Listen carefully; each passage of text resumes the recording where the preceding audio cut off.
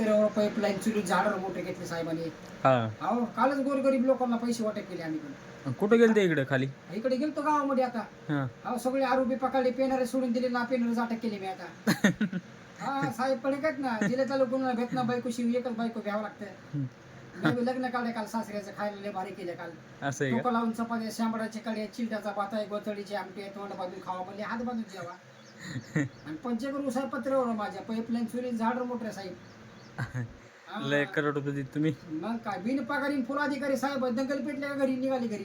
हो हो आता आपसात मध्ये केस मिटून घ्या म्हणलं, बोबाटा करायचं नाही. नाही नाही हो आणि ते घ्या काल मिटून. कुठल्या बाईला साडी घेऊन दिली तुम्ही?